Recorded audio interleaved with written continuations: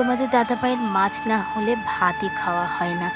তো সেই কারণে কয়েকটা দিন পুকুরের নিজেদের যদি টাটকা মাছ খাওয়া যায় তাহলেও ভালো লাগে, আবার এদিকে মাছও কেনা দেয়, বাঁচা যায়। তো রোজ রোজ না এরকম মাছ তো কিনেই খাই, তো দু একদিন যদি পুকুরের মাছ খাওয়া যায় তাহলে কিন্তু টাকাটাও সেভ হয়। আবার এদিকে নিজেদের পুকুর থেকে যদি মাছ না খেলাম তাহলে আর পুকুর থাকার মানে কী, কিছু টাকাও সেভ থাকে। আর তারপর কী বলতো, মাছ ধরার না একটা নেশা আছে।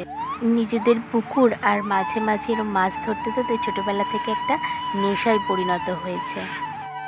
সেই জন্য শত কাজের মাঝখানেও কিন্তু মাছ না ধরে থাকতে পারে না। তো চলে গেল আজকে তোমাদের দাদা ভাই আমাদের পুকুর থেকে মাছ ধরতে গেছিলো, তো সেখান থেকে কিছু মাছ নিয়ে এসেছে। এই যে তো সেগুলো এখন এই যে ঢেলে নিচ্ছে বালতির মধ্যে, জ্যান্ত মাছ একদম, তেলাপিয়া বেশিরভাগ। আর এইগুলো এখন নিয়ে এসেছে। এই যে আমি ভিডিও করছি বলে বলছে তুমি ভিডিও করছো না কেন, এইভাবে আমাকে তুলো না, তুমি নিচে করো, কিন্তু আমাকে এভাবে তুলো না। একদমই আসতে চায় না, তো আমি জোর করে নিয়ে নিয়েছি। তো যাই হোক, এ দেখো একদম মানে সে বলে না খাবি খাচ্ছে, তো জলের মধ্যে একদম জ্যান্ত মাছ ধরেই এনে বালতির মধ্যে রেখেছে। তো আমাদের পুকুরে মাঝে মাঝেই গিয়ে আর কি মাছ নিয়ে আসে, ও যায়, কাকা শ্বশুর যায়, সবাই মিলে। আর এমনিতে সারা বছর লিজ দেওয়া থাকে।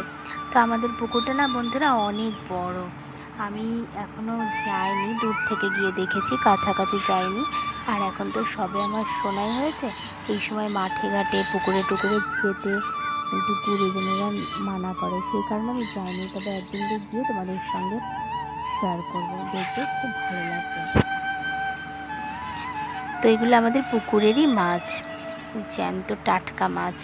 আর নিজেদের পুকুর বলে বলবো না, কিনে খাই একরকম, আর যখন তোমাদের দাদাভাই ধরে আনে না এত টেস্ট হয়, জানি না, দাদাভাই ধরে আনে বলে বলছি না, মানে আমাদের পুকুরের মাছটাই খুব টেস্টি, সত্যিকারের কথা। বিশেষ করে যখন কিনে খাই এত টেস্ট লাগে না, এত ভালো খেতে, খুব টেস্ট লাগে। আর এটা অরিজিনালি তেলাপিয়া। আর এখন তো কিনতে পাওয়া যায় বেশিরভাগ লাইল্যান্ড টিকা এরকম, তো এগুলো অরিজিনালি একদম আমাদের পুকুরের তেলাপিয়া। আর কিছু সবজিও এনেছে, সেগুলো এখন যেগুলো দরকার আমার দৈনন্দিন জীবনে কাজের জন্য সংসারে, সেটুকু রেখে বাদ বাকি আমি ফ্রিজে রেখে দিই। তার কারণ বেশিরভাগ রাখলে না নষ্ট হয়ে যায়। এই কচু টচুগুলো আমি বাইরেই রাখি, কিছু লঙ্কা এখানে রাখি বাইরে, আর বাদ বাকি ফ্রিজ আপ করে নিই। তো যদি ভালো লাগে লাইক কমেন্ট সাবস্ক্রাইব করে চ্যানেলের পাশে থাকবেন।